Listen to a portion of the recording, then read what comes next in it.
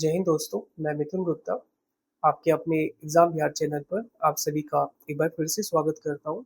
आज हम लोग 31 मई 2026 के सभी महत्वपूर्ण न्यूज़ जो आपके एग्ज़ाम्स के लिए बन सकते हैं, उसे एमसीक्यूज़ फॉर्मेट में महत्वपूर्ण बिंदुओं के साथ कवर करेंगे, जो आपके आने वाले सभी वन डे एग्ज़ाम्स के लिए महत्वपूर्ण है। और अगर आप मुख्य रूप से स्टेट पीसीएस की तैयारी कर रहे हैं, तो यह आपके लिए विशेष रूप से इम्पोर्टेंट है। आप मेरे सब्सक्राइबर्स पर मत जाइएगा। इस सेशन में जितने भी क्वेश्चन है वो मुख्य रूप से आपके लिए आपके एग्जाम को ध्यान में रखकर ही तैयार किया गया है, और बहुत सारे क्वेश्चन आपको देखने के लिए मिल सकते हैं अगर आप हमारे रेगुलर वीडियोस को देखते हैं। तो चलिए बिना देरी किए शुरू करते हैं पहले सवाल से। तो पहला महत्वपूर्ण सवाल है, हाल ही में मई 2026 में भारत की 5 दिवसीय यात्रा पर आए म्यांमार के राष्ट्रपति यूमिन आंग वांग ने बिहार के किस ऐतिहासिक स्थल पर सुजाता मंदिर का दौरा किया है? तो इसका जो आंसर होगा बकरोर बोध गया। आप ध्यान रखेंगे।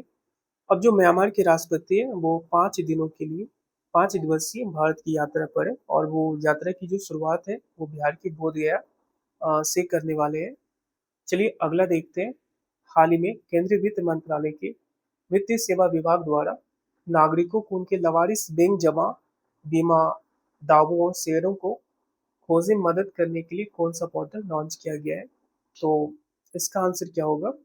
आप ध्यान रखेंगे, इसका आंसर हो जाएगा option B, common landing portal. अब ये किसके द्वारा लॉन्च किया गया है? तो कॉमन लैंडिंग पोर्टल जो वित्तीय सेवा विभाग है उसके द्वारा लॉन्च किया गया है। यह पोर्टल वित्त मंत्रालय के अधीन आता है, और इसका जो लक्ष्य है वो पारदर्शी और नागरिक केंद्रीय वित्तीय इकोसिस्टम को क्या करना है, बनाना है। नागरिक क्या कर सकते हैं इसमें? जो अपने लावारिस बैंक डिपॉजिट है, बीमा क्लेम है, शेयर है, डिविडेंड है और म्यूचुअल फंड है, उसको वे आसानी से क्या कर सकते हैं, इस पर खोज सकते हैं।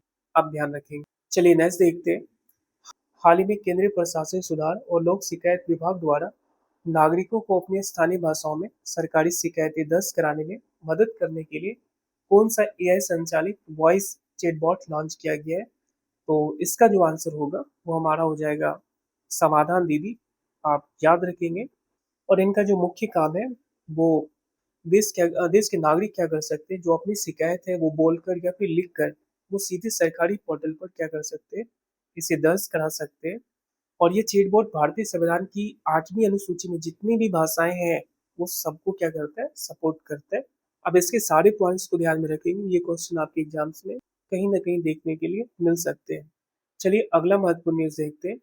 हाल ही में हांगकांग में आयोजित एशियन अंडर 20 एथलेटिक्स चैंपियनशिप में किस भारतीय महिला एथलीट ने 1.93 मीटर की छलांग लगाकर स्वर्ण पदक जीता और 14 वर्ष पुराना जो सीनियर राष्ट्रीय रिकॉर्ड है उसको तोड़ा है? तो इसका आंसर क्या हो जाएगा? आप ध्यान रखेंगे, इसका आंसर हो जाएगा ऑप्शन सी, पूजा सिंह। ये पूजा सिंह के द्वारा किया गया है। अब चूंकि ये बड़ी उपलब्धि है और भारत जो है वो पदक तालिका में 8 पदकों के साथ 4 गोल्ड, 2 सिल्वर और 2 ब्रॉन्ज के साथ भारत दूसरे स्थान पर पहुंच गया है। और जो पहले स्थान पर है वो अभी चीन है। आप ध्यान रखेंगे। और 19 वर्षीय पूजा सिंह ने हाई जंप यानी 1.93 मीटर की छलांग लगाकर स्वर्ण पदक जीती है, और 14 साल पुराना सीनियर नेशनल रिकॉर्ड है उसे भी तोड़ा है। आप इस सारे पॉइंट्स को ध्यान में रखिएगा। ये भी क्वेश्चन आपके एग्जाम्स के लिए इम्पोर्टेंट है। चलिए नेक्स्ट देखते हैं। 30 मई 2026 को गोवा अपना कौन सा राज्य स्थापना दिवस मना रहा है? तो कितने नंबर का स्थापना दिवस है गोवा सेलिब्रेट कर रहे हैं?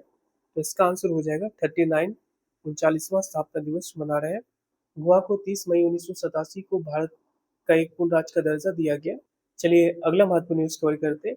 हाल ही में केंद्रीय आईटी मंत्री अश्वनी वैष्णव द्वारा घोषित भारत की डिजाइन लिंक इंसेंटिव योजना के तहत तैयार भारत का पहला स्वदेशी एआई सिस्टम ऑन चिप कौन सा है? तो कौन सा हो जाएगा? तो आप ध्यान रखेंगे, इसका आंसर होगा ऑप्शन बी, नेट्रा ए 2000।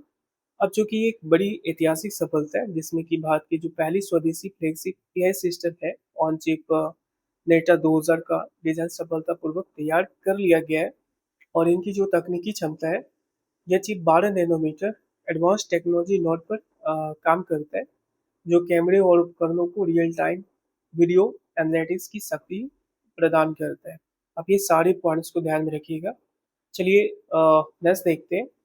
हाल ही में चर्चा में रही केंद्र सरकार की भव्य योजना का मुख्य उद्देश्य निम्नलिखित में से क्या है? तो इसका आंसर हो जाएगा निवेश के लिए पूरी तरह तैयार औद्योगिक पार्कों का विकास करना, ऑप्शन बी। और इनका जो मूल्य उद्देश्य है, देश में ऐसे औद्योगिक पार्क बनाना जो पूरी तरह से निवेश के लिए तैयार किया गया है। तो ध्यान रखेंगे। चलिए अगला देखते हैं। केंद्रीय खेल मंत्रालय द्वारा की गई हालिया घोषणा के अनुसार वर्ष 2027 में 39वें राष्ट्रीय खेलों की मेजबानी भारत का कौन सा राज्य करने वाला है? तो इसका आंसर हो जाएगा मेघालय। तो वर्ष 2027 में जो 39वें राष्ट्रीय खेल है उसकी मेजबानी कौन करेगा? मेघालय करेगा, आप ध्यान रखेंगे। और जो केंद्रीय खेल मंत्री डॉक्टर मनसुख मंडाविया जी हैं, उन्होंने मेघालय में 150 करोड़ की लागत से हाई एल्टीट्यूड ट्रेनिंग सेंटर बनाने की घोषणा भी की है।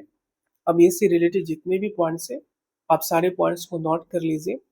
या फिर पीडीएफ के लिए आप डिस्क्रिप्शन में जाके वहाँ पे टेलीग्राम लिंक होगा, चैनल का लिंक होगा, आप वहाँ से हमारे टेलीग्राम पेज से जाकर आप डाउनलोड कर सकते हैं। हाल ही में जारी राष्ट्रीय परिवार स्वास्थ्य सर्वेक्षण सेक्स NFHX6 के अनुसार भारत की कुल प्रजनन दर कितनी दर्ज की गई है? तो इसका जो आंसर होगा वो हमारा हो जाएगा 2, आप याद रखेंगे। और इसे किसने जारी किया है? तो केंद्रीय स्वास्थ्य मंत्रालय और परिवार कल्याण मंत्रालय के द्वारा इसे जारी किया गया है। और ये जो डेटा है वो 23-24 में जो जारी किया गया था NFHS5 का, वो उसी का संशोधित रूप है, आप ध्यान रखेंगे। और जो संस्थागत प्रतिशत है 5 में 88.6% था, अब जाकर ये बढ़कर कितना हो गया? 90.6% हो गया है। और जो टीकाकरण है 12 से 23 महीने के बच्चों में, वो 83.8% था 5 में।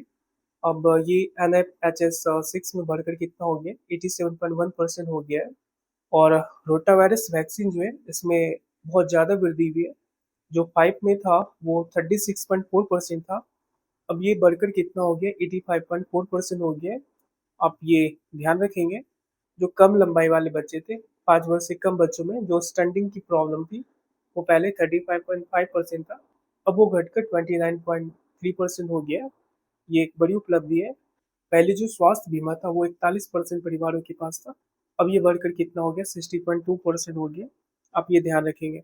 और महिला सशक्तिकरण के अंतर्गत इंटरनेट का उपयोग करने वाली जो महिलाएं हैं, लगभग दोगुनी होकर 64.3% हो गई है, आप ध्यान रखेंगे।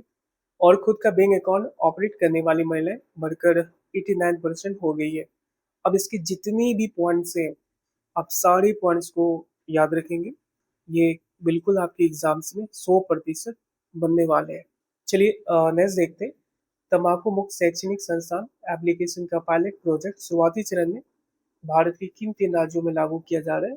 तो इसका आंसर हो जाएगा राजस्थान, मेघालय और महाराष्ट्र में, आप ध्यान रखेंगे। ऐप का नाम क्या हो गया? कॉपी तंबाकू मुक्त शैक्षणिक संस्थान एप्लीकेशन। तो ये किस मंत्रालय के अंतर्गत है? केंद्रीय स्वास्थ्य और परिवार कल्याण मंत्रालय के अंतर्गत है। इसका जो लॉन्च स्थल है वो कर्तव्य भवन नई दिल्ली में इसे लॉन्च किया गया। और इनकी जो मुख्य नियम है वो स्कूलों के 100 गज के दायरे में तंबाकू बिक्री पर रोक लगाना। और इनकी जो थीम है 2026 के लिए, unmasking the appeal, countering nicotine addiction, आप ध्यान रखेंगे। भारतीय रिजर्व बैंक की हालिया वार्षिक रिपोर्ट 2025-26 के अनुसार वित्तीय वर्ष 2026-27 के लिए भारत की वार्षिक जीडीपी वृद्धि दर कितने प्रतिशत रहने का अनुमान लगाया गया है? तो इसका आंसर हो जाएगा 6.9%, आप याद रखेंगे। और वित्तीय वर्ष 2026-27 के लिए भारत की जो जीडीपी ग्रोथ दर है वो 6.9% ये अनुमान लगाया गया है। और पिछले साल यानी 2025-26 में भारत की जो विकास दर थी वो 7.6% रही थी। और जो इसका फिनेंशियल ईयर 2027 से इसमें अनुमान लगाया गया है कि जो महंगाई दर है वो 4.6% रहने का अनुमान है। और राजकोषीय घाटा जो होगा वित्तीय वर्ष 2026-27 के लिए 4.3% रहने का लक्ष्य रखा गया सरकार के द्वारा। और 2025-26 में राजकोषीय घाटा 4.4% रहा, जो तय लक्ष्य 4.5% से कम था। आप ये सारे पॉइंट्स को ध्यान रखिए। और ये सारे पॉइंट्स और जो एमसीक्यूज है आपके किसी न किसी एग्जाम में बिल्कुल 100% बनेंगे। चलिए नेक्स्ट देखते हैं। हाल ही में वित्तीय वर्ष 2025-26 के दौरान केंद्र प्रायोजित स्वास्थ्य योजनाओं के तहत भारत के किस केंद्र शासित प्रदेश या राज्य में 370 आयुष्मान आरोग्य मंदिर चालू किए गए? तो इसका आंसर हो जाएगा दिल्ली। आप ध्यान रखेंगे। और चूंकि दिल्ली में 370 आयुष्मान आरोग्य मंदिर चालू किए गए और इसका जो मुख्य उद्देश्य है वो आम नागरिकों तक सुलभ, सस्ती और प्राथमिक स्वास्थ्य सेवाएं पहुंचाना, ये इसका मुख्य उद्देश्य है। चलिए नेक्स्ट देखते हैं। हाल ही में महिलाओं को आत्मनिर्भर बनाने और खाद्य प्रसंस्करण में कौशल विकास के लिए तेजस्विनी कुटीर उद्योग पहल की शुरुआत कहाँ की गई है? तो इसका आंसर हो जाएगा पटना, बिहार में तेजस्विनी कुटीर उद्योग पहल की शुरुआत की गई है।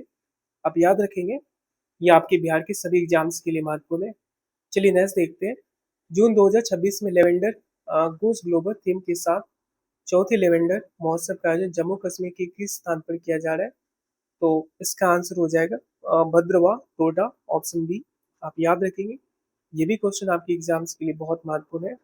तो कार्यक्रम का नाम क्या हो गया? चौथा लेवेंडर महोत्सव। और जो तारीख है वो 6 और 7 जून 2026 है। और इनकी जो थीम है इस साल की जो थीम है लेवेंडर गोस ग्लोबल है। आप ये ध्यान रखेंगे। तो 31 मई 2026 के सभी महत्वपूर्ण करंट अफेयर्स और एमसीक्यूज यहीं पर समाप्त होते हैं। उम्मीद है ये सेशन आपकी प्रिपरेशन के लिए काफ़ी हेल्पफुल रहा होगा।